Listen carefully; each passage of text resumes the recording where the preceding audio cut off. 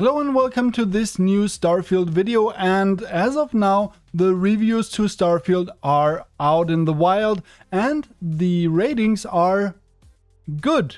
Good, but not perfect, not like maybe some of you might have anticipated, but they're pretty decent. And when I say pretty decent, then right now we're sitting at a high 80 score. It is not the holy grail of video games as maybe some of you might have hoped, but it is a really good Bethesda game, and I believe many of you will be sinking a lot of hours into this game, as there is one thing most of the reviewers are certain of: this game is huge and it is one of Bethesda's best games ever released. So now let's take a closer look at what Bethesda has to offer with Starfield.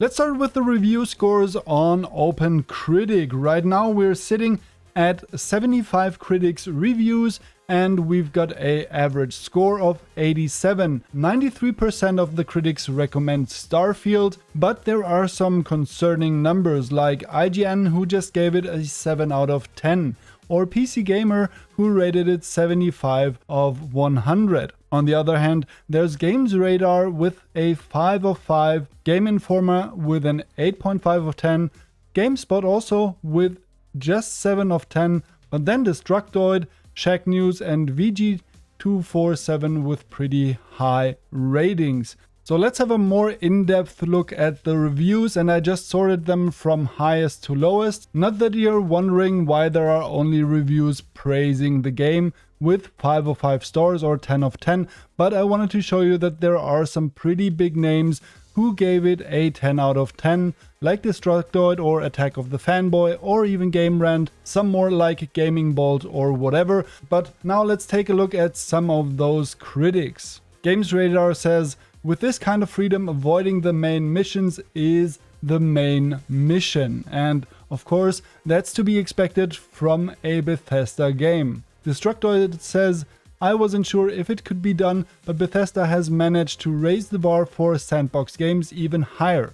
In the end, Starfield is an epic sandbox open world RPG with a beautifully immersive universe, a captivating story, and fun and compelling gameplay the whole way. I'm so happy to have experienced Starfield organically, and I really hope you get to as well. So those are some pretty good and nice reviews. Also, let's take a look at Game Rant. Starfield delivers on everything it promised and then some. And now also let's take a look at Gaming Bolt. As unfathomably vast and boundless as the subject matter it covers, Starfield raises the bar for its genre and for the medium as a whole in countless ways, much like the best of its Bethesda developed forebears did in their time. So those are some pretty good reviews. Let's take a look at some of the more negative reviews. We've got Garrett Martin from the Paste magazine with the lowest score right here. He says, playing Starfield makes me want to play games that explore space and games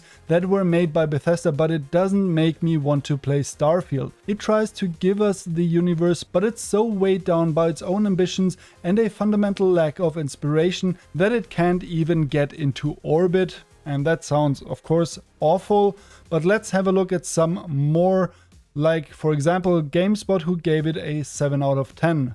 Bethesda's space farming adventure has its moments with impressive scale, satisfying combat and some worthwhile side quests, but its shallow RPG systems and uninspired vision of the cosmos make for a journey that's a mile wide but an inch deep. And then we've also got Dan Stapleton from IGN right here. Starfield has a lot of forces working against it, but eventually the allure of its expanse, role-playing quests and respectable combat make its gravitational pull difficult to resist. So he's kinda so-and-so, but as you can see, there isn't only praise for Starfield and it's kind of a mixed bag. I'm curious to what you are thinking of the reviews. Let me know in the comments down below. Have you hoped for a 12 out of 10 game of a lifetime, and are you a bit bummed that it isn't? Or did you set your expectations right and are just excited to play Starfield in just a few hours? Let me know in the comments down below.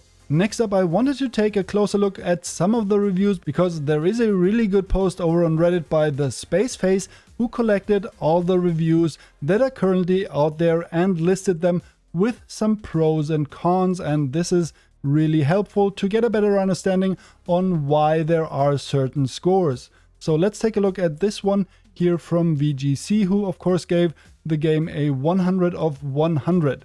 They're saying the immense scale and sense of wonder is a pro, as is the vast universe for exploration. Refined dialogue and gunplay are also very good, and it's polished with just a few bugs. So that's the pros right there for VGC, but they also got some cons, because they're complaining about the short main quest. Also, there are familiar gameplay mechanics in the game, of course, when you compare it to Fallout 4 or of course Skyrim, there is similar gameplay right there because it's still a Bethesda game. They also say the Xbox Series X has performance issues and some unclear dialogue options are in the game, which they don't like. So that's the cons over at VGC.